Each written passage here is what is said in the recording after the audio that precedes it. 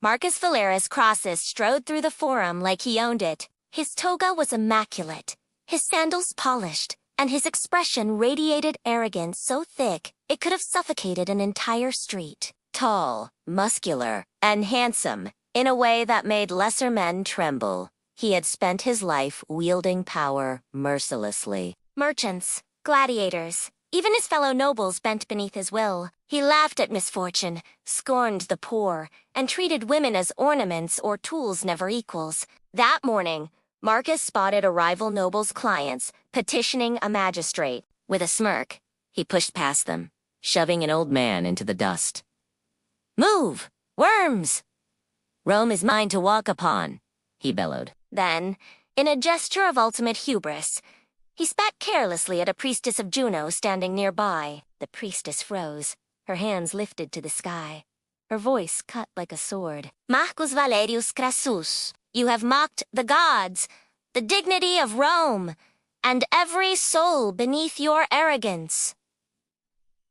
Juno will teach you humility." Before he could protest, a blinding light enveloped him. His muscles burned, his chest tightened, and a strange, softening sensation spread over his body. He fell to his knees, clawing at his legs that were no longer there. Panic surged as he realized the impossible.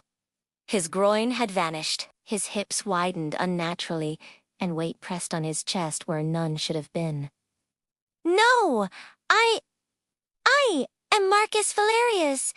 Stop this madness!" His voice came out high, melodic, feminine, trembling with terror. The priestess's smile was cruel. "You are no longer Marcus Valerius, the proud noble. You are now Lucilla, the slave girl of your enemy. Gaius Flavius, let Juno's justice humble you." A pair of guards appeared instantly, snapping chains onto Lucilla's delicate wrists. She struggled in vain, her once powerful arms now frail, unable to resist. She was dragged away, stumbling in a thin tunic that offered little protection against the sun or her own shame. Gaius Flavius's villa sprawled like a small city. Marble floors gleamed under the sun, fountains gurgled in the courtyard, and slaves hurried along corridors. Lucilla was thrown to her knees before her new master. Gaius inspected her with amusement. "Well, Juno has quite the sense of humor. A lovely addition. I see. A female slave for my household." Lucilla's cheeks burned. I am Marcus Valerius." "You cannot silence," Gaius said, his voice calm but commanding. "Titles mean nothing here.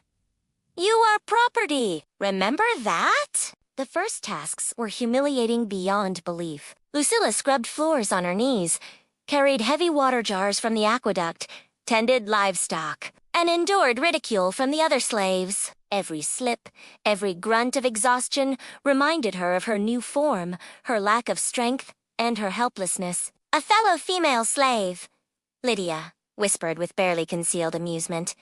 "You're slow, but you'll learn.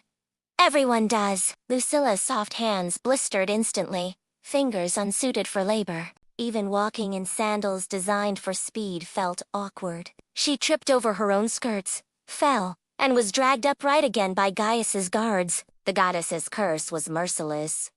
Every motion reminded her of her former arrogance and her new frailty. Public humiliation was relentless. During banquets and gatherings of nobles, Lucilla was summoned to serve Gaius, pouring wine and attending to his every whim. She knelt before men and women alike, delicate body trembling, voice soft and uncommanding. One afternoon, Gaius recounted Marcus's cruelty to a room full of senators. Lucilla knelt beside him, hands shaking as she served wine. "You see?" Gaius said with a smirk.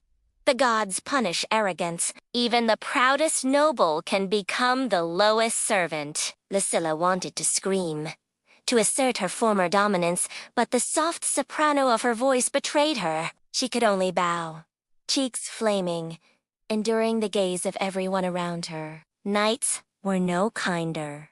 In the cramped quarters shared with other female slaves, Lucilla struggled to adjust. Every chore from cooking and cleaning to fetching water was a lesson in endurance. Her soft body, once a tool for intimidation and dominance, was now vulnerable to the constant strain of labor. Every step, every motion, reminded her of the goddess's wrath. Even her sleep was haunted. She dreamt of her former self tall, strong, cruel end, woke to the reality of her new form, body aching from the day's labors. Humiliation became routine. Survival became paramount. Months passed, and Lucilla began to understand the extent of her curse. The goddess Juno had stripped her of privilege, arrogance, and physical strength. In its place, she had been given patience, humility, and endurance. Every humiliating task, every mocking glance, was part of her education. Even Gaius contributed unwittingly. He summoned her to massage his shoulders after long Senate days or to attend to his wardrobe. Each request reinforced her status. "Move with grace," he would say. "Even a slave can be elegant if she tries." Lucilla's hands, once instruments of force, became skilled in delicate work. She learned to carry water without spilling, scrub floors without injury, and anticipate the needs of those around her. Gradually, humiliation transformed into competence. A painful education that left no room for the arrogance of Marcus Valerius. One day, a group of nobles gathered for a feast, and Lucilla served them all. She moved with a quiet efficiency, anticipating needs, avoiding mistakes, and enduring whispered mockery with as much dignity as her new body allowed. One senator sneered at her tunic, and another laughed at her small frame. Yet she continued, her humiliation tempered by a growing pride and mastery over her circumstances. Lydia, the fellow slave, noted the change. "You're better than when you arrived. Stronger in a way that counts." Lucilla blinked. "Better? How? I'm still a slave." Strength isn't only in muscle, it's in patience, endurance, survival. You're learning, whether you like it or not. Weeks turned into months. Lucilla, once Marcus Valerius, became indispensable in Gaius's household. She carried out her tasks flawlessly, even earning grudging respect from other slaves. The goddess's punishment, though cruel, had reshaped her. Humility had tempered her pride, suffering had sharpened her wits, and endurance had made her strong in ways she had never imagined. She still burned with resentment in quiet moments, plotting in whispers and thinking of escape. But every attempt reminded her of the chains both physical and spiritual that bound her. Juno's lesson was clear. Arrogance invites downfall, and only through submission and endurance could she find understanding. Even the simple acts of tending animals, scrubbing floors, or carrying water became meditations, each one a reminder of her place and the folly of her former self. The soft, delicate hands that had once wielded swords now performed endless labor, learning patience and strength beyond brute force. Gaius sometimes called her to the courtyard to demonstrate her skills to visiting nobles. Each time, she knelt before them, graceful and obedient, aware that every gesture was a testament to her transformation. Her cheeks flushed, body trembling, yet her efficiency and poise won faint nods of approval. Lucilla realized that power had many forms.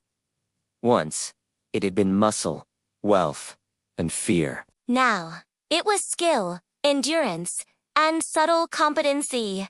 Power to survive, to serve, and to endure hardship without breaking. Marcus Valerius's cruelty and arrogance were gone, replaced by the endurance and resilience of Lucilla, the slave girl. She had been humbled, punished, and remade. But in the crucible of servitude, she had discovered a different kind of strength. At night, lying in her narrow cot, Lucilla sometimes touched her new body, feeling the soft curves, the delicate strength beneath apparent fragility, and reflected on the goddess's lesson. She would never again strut through the forum believing herself untouchable. She had learned what it meant to be vulnerable, humiliated, and powerless, and survived through chains, labor, and public shame. The once proud noble had become something new. Not free in the sense of power or wealth, but free in understanding, endurance, and humility. Marcus Valerius Crassus was no more. In his place was Lucilla, a slave girl, shaped by suffering and divine will, learning the harsh truth of pride, and the strange, indomitable strength of patience.